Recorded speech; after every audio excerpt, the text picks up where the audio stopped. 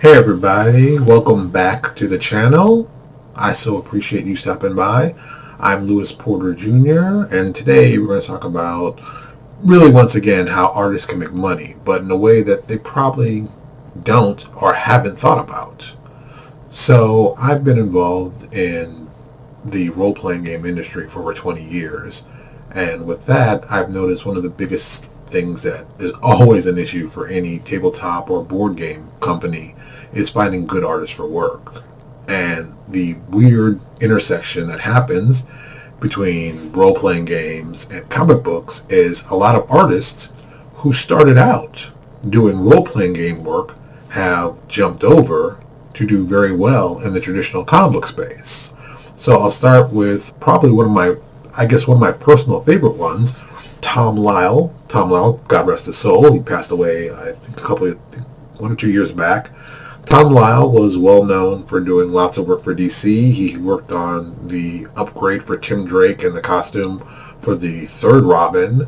He was very well known, and even as an independent, starting out for a lot of small companies, Eclipse being one of them when he was doing Strike, and his first big break was Starman on DC Comics. And it's just one of those weird situations that this guy had done a bunch of covers for role-playing games before he got on to do his traditional comic books. The series he worked for was the Champions role-playing game done by Hero Games, and he was doing superhero covers. So here we have a guy who's doing superhero comics, started out from superhero role-playing games. And if you want to take a look at some other people, another one of my personal favorites, Bill Willingham. Bill Willingham started out in the golden age of Dungeons and Dragons, did tons of artwork for them, and I do mean tons. If you're a first generation fan and you're old enough like me to remember, his work was everywhere. He's very, very prolific. And from there, he stretched out and jumped into Comico at the time, they're now defunct if you're curious, and created a comic book series called The Elementals, which was groundbreaking at the time. We're talking, it was just brilliant. It was a brilliant series by an independent guy at an independent time. If you haven't picked up the Elemental series, you should pick it up. It's available in trade. You can find it in Amazon. I'll see if I can put a link down at the bottom so everybody can check it out. It's just a brilliantly done book. We're talking, this is like the mid-early 80s. And he just did a lot of things that hadn't been done at the time like that, especially for an independent.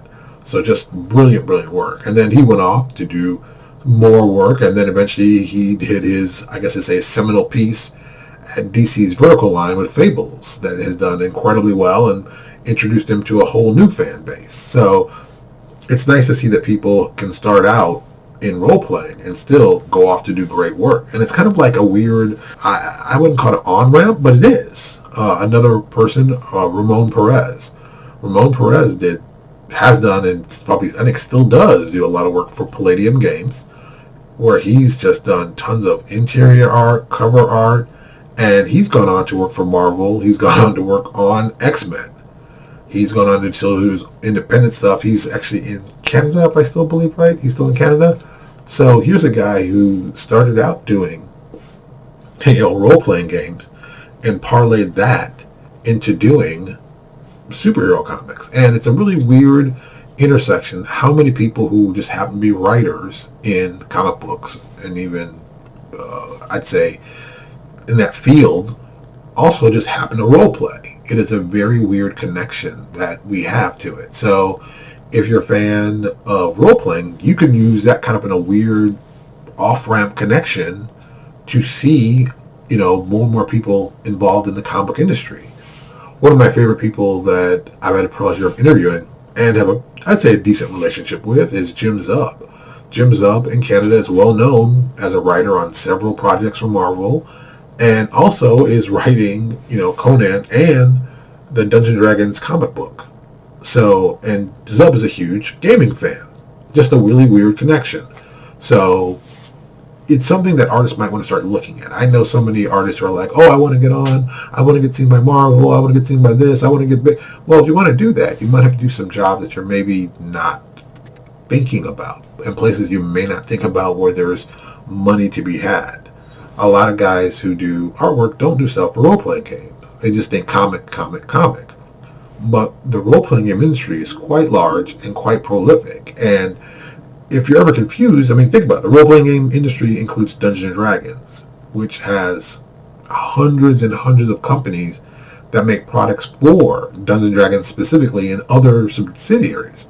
So they're always looking for new artists and new artwork. And once again, artists are always complaining, oh, I can't find any gigs, I can't find any work, because they're looking at comic books only.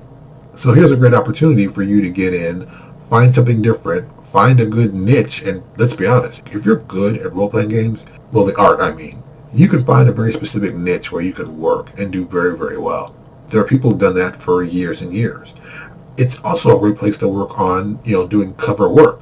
One of my favorite covers of all times for role-playing is a George Perez cover he did for Champions 3rd edition. And it's a well-known cover, and it's just, it's at the perfect time when George did this cover. He was doing New Teen Titans, and I think he just had started doing Crisis. This cover came out. It's an amazing George Perez cover. And then George did a couple more covers for them. And, say what you like. It's George Perez. George Perez. I should pronounce it correctly. I say Perez, but it's really Perez. Hey, I am American. Don't be surprised. My accent sucks. So that level of quality, that's impressive. And it happens all the time. A lot of guys who become big, start out doing small stuff, and they need, basically, I say, the on-ramp to get noticed. And role-playing games and board games. Don't let me not say include board games. Role-playing games, board games, card games, they all need artwork. And if you're an artist and you're really serious about it and you want to make money, here's a perfect opportunity for you to focus on that.